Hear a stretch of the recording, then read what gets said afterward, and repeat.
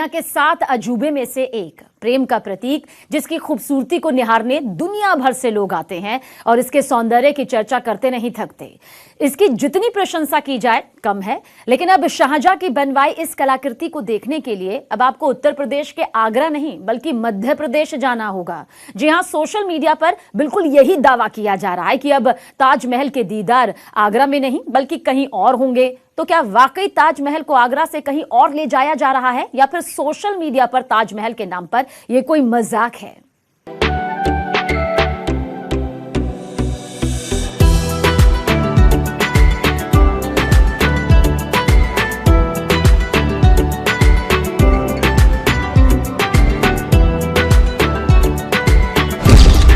मोहब्बत की इस निशानी की पूरी दुनिया कायल है,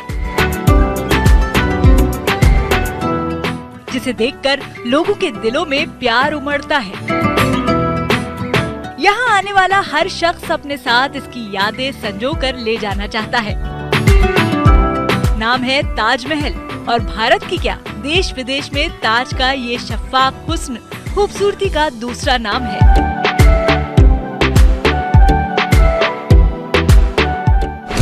लेकिन आगरा की शान बढ़ाने वाला ताजमहल अब आगरा की नहीं बल्कि मध्य प्रदेश की शान बढ़ाने वाला है।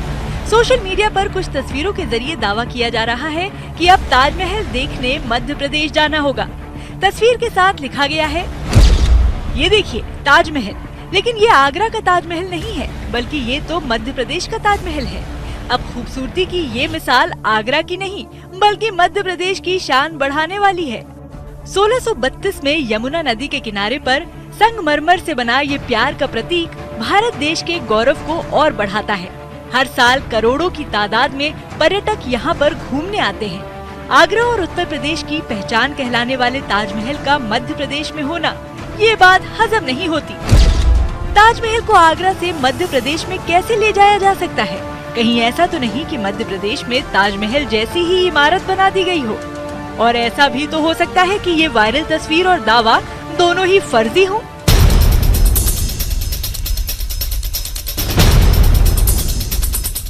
हमने वायरल हो रहे इस अटपटे दावे की पड़ताल शुरू की। क्योंकि वायरल हो रहे मैसेज में मध्य प्रदेश का जिक्र है तो पड़ताल की शुरुआत भी हमने वहीं से की। मध्य प्रदेश में फैले न्यूज 18 इंडिया के संवाददाताओं से संपर्क किया तो हमें इस ताजमहल का सुराग मिला उत्तर प्रदेश के आगरा से लगभग 800 किलोमीटर दूर मध्य प्रदेश के बुरहानपुर में। जिसके बाद हम सीधा बुरहानपुर आ पहुँचे, जहाँ पर सच में ताजमहल के जैसे ही बिल्कुल मिलती जुलती इमारत मौजूद है। वहीं गोल गुम्बद, आसपास ताजमहल वाली ही 4 मीनारें और वही सफेद संगमरमर जो ताजमहल की निशानी है। और तो और इसके बाहर हमें कई पर्यटक भी घूमते नजर आए। पहली बार तो हम भी इसे देखकर हैरान रह गए। तो क्या वायरल हो रहा दावा सच है? जिसके बाद हम इस इमारत के अंदर आए। अंदर आते ही हमें जो नजारा दिखा वो और भी हैरान करने वाला है। हमने इस महल का जो नजारा देखा वो एकदम अलग है। इसमें डाइनिंग टेबल से लेकर किचन तक है। लाइब्रेरी और मेडिटेशन रूम भी बनाया गया है। तो जिसे ताजमहल का नाम दिया जा रहा है वो एक घर है। हमने अपनी पड़ताल आगे बढ़ाई, जहां हमारी मुलाकात इसके मालिक से हुई, जिन्होंने ताजमहल की प्रतिकृति मध्य प्रदेश के बुरहानपुर में पूरे 3 साल की मेहनत के बाद बनवाई है। वजह है उनकी पत्नी। मकान एक बनाना था, मुझे लगा डिफरेंट कुछ करें, और निश्चित रूप से आदमी अपने परिवार को, पत्नी को ही ज़्यादा प्यार करता है, तो उनको ही मैंने कहा एक गिफ्ट हो जाएगा मकान के रूप में। एक हॉल है, किचन है, 4 बेडरूम है और एक ध्यान का कमरा है, केवल उतना ही है। बाहर से इंटीरियर पूरा जो ओरिजिनल ताजमहल है उससे 1/3 है। यानी ओरिजिनल ताजमहल में जो भी डायमेंशन मीटर में दिए हैं वो सारे इसमें फुट में है। उसकी मीनार 40 मीटर ऊंची है, इसकी 40 फीट ऊंची है, तो ऐसा 1/3 साइज का आप बोल सकते हैं इसको। इस दूसरे ताजमहल का निर्माण इतना आसान नहीं था। संगमरमर से बनी इस इमारत को बनाने में बहुत मुश्किलों का सामना करना पड़ा। आनंद सर ने हम लोगों को ताजमहल बनाने के लिए कहा तो हम लोगों को लग रहा था कि थोड़ा सा मुश्किल टास्क होगा, मतलब कैसे हो सकता है। तो उन्होंने कहा कि यार जिसने भी ताजमहल बनाया वो भी इंसान था, तुम लोग भी बना सकते हो। तो उससे हम लोगों को एक मोटिवेशन मिला और हम लोग इसकी डिज़ाइनिंग की तरफ गए। डिज़ाइनिंग में हम लोगों ने इसका स्टडी किया। लगभग हम लोगों को 1 महीने का समय लगा उसकी पूरी स्टडी करने में। उसके मेज़रमेंट्स हम लोगों ने उठाए, इंटरनेट के थ्रू लिए, कुछ फिज़िकल मेज़रमेंट्स लिए, कुछ फ़ोटोग्राफ्स लिए और ये सब चीज़ों की स्टडी करने के बाद में फिर हम लोगों ने उसका प्लानिंग के ऊपर काम शुरू किया। लगभग 1 महीने का समय लगा जिसमें हम लोगों को ऐसा लगा कि हम लोग शायद ताजमहल बना सकते हैं और फिर उसके ऊपर हम लोगों ने इम्प्लीमेंट किया। लोगों का सपना होता है कि उनका घर ताजमहल जैसा हो, लेकिन असल में किसी ने इस सपने को पूरा करने की कोशिश की है और इस कोशिश की तारीफ देश भर में हो रही है। पर मध्य प्रदेश की ये इमारत ताजमहल ना सही, ताजमहल जैसा घर तो है ही। न्यूज़ 18 इंडिया की पड़ताल में दूसरे ताजमहल होने के दावे को गलत पाया गया है। आजकल के डिजिटल इंडिया के दौर में सबसे बड़ा खतरा है बैंक अकाउंट से पैसे निकाल लिया जाना। और तो और जिसका बैंक खाता होता है उसे ये बात तब तक पता लगती है जब उसका अकाउंट खाली हो जाता है, यानी दिन दहाड़े चोरी। सोशल मीडिया पर एक पोस्ट तेजी से वायरल हो रहा है और जिसमें दावा किया जा रहा है कि एटीएम में कार्ड लगाने से पहले कैंसिल बटन को 2 बार दबाएं। ऐसा करने से पिन कोड जो है वो चोरी नहीं होगा। पर क्या सच में ऐसा करने से धोखाधड़ी से बचा जा सकता है?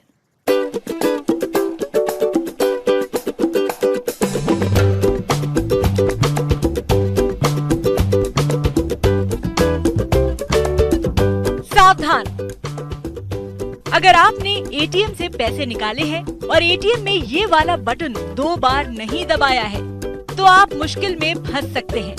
बिल्कुल इस तरह ऐसा करने की सलाह सोशल मीडिया पर दी जा रही है और अंग्रेजी में वायरल हो रहे मैसेज में लिखा गया है कि एटीएम से पैसे निकालते समय एक बहुत ही उपयोगी सलाह, मशीन में कार्ड डालने से पहले कैंसिल बटन को 2 बार दबाएं। अगर किसी ने आपका पिन कोड चुराने के लिए कीपैड सेटअप कर रखा होगा तो ऐसा करने से वो सेटअप रद्द हो जाएगा। कृपया इसे आदत में शुमार करें और हर बार एटीएम लेन देन में इसे आजमाएं।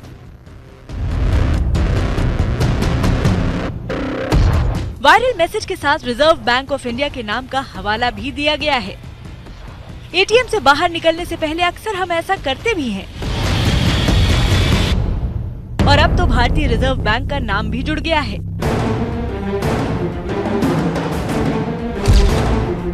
ऐसे में सवाल है कि क्या सच में एटीएम से बाहर निकलने पर पहले कैंसिल बटन को 2 बार दबाना जरूरी है और 2 बार कैंसिल बटन दबाने से क्या पिछले ट्रांजैक्शन रद्द हो जाते हैं? क्या सच में ये message reserve bank of India की तरफ से ही जारी किया गया है?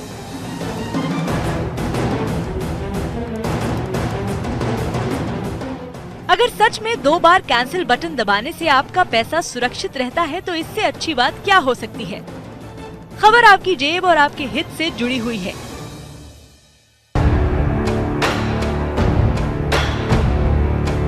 लिहाजा न्यूज़ 18 इंडिया ने इस खबर की पड़ताल का फैसला किया ताकि ये पता चल सके कि क्या ये खबर पक्की है।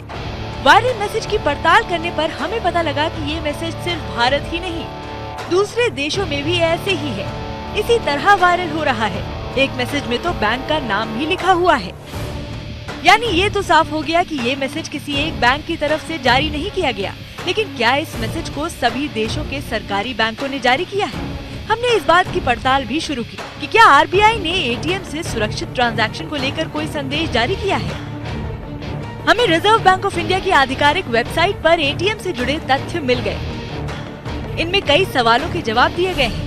इन्हीं में एक सवाल सुरक्षित एटीएम ट्रांजैक्शन से जुड़ा हुआ है। इस सवाल के जवाब 12 बिंदुओं में दिए गए हैं, लेकिन वायरल मैसेज में जैसा जिक्र किया गया है उस बात का कहीं कोई जिक्र नहीं है।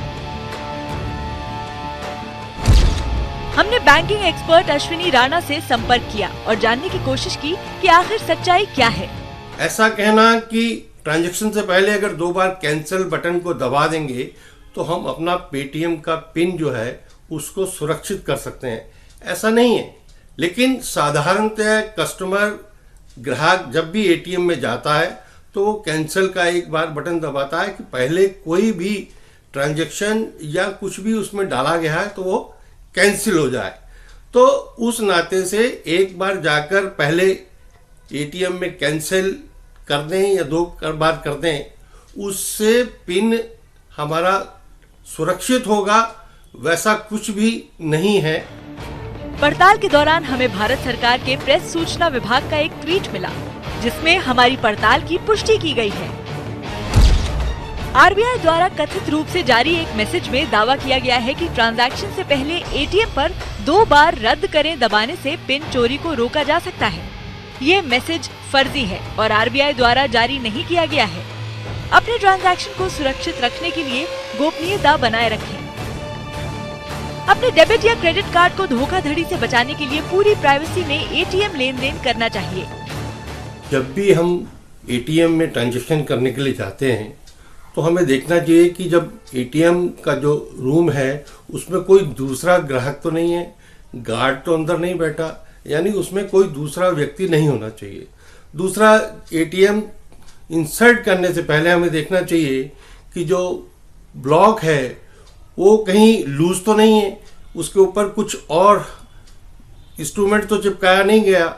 ऐसे कीबोर्ड के ऊपर कई बार लोग रिकॉर्डिंग करने के लिए कैमरा लगा देते हैं, वैसा तो नहीं है। एटीएम धोखाधड़ी अभी भी एक आम घटना है। एटीएम कैसे काम करता है ये पूरी तरह से बैंक और विक्रेताओं पर निर्भर करता है। आरबीआई की इसमें कोई भूमिका नहीं है। साफ है कि वायरल मैसेज ना तो आरबीआई की तरफ से जारी किया गया है और ना ही आरबीआई वायरल मैसेज की पुष्टि करता है। न्यूज 18 इंडिया की पड़ताल में वायरल मैसेज के साथ किया गया दावा गलत पाया गया है।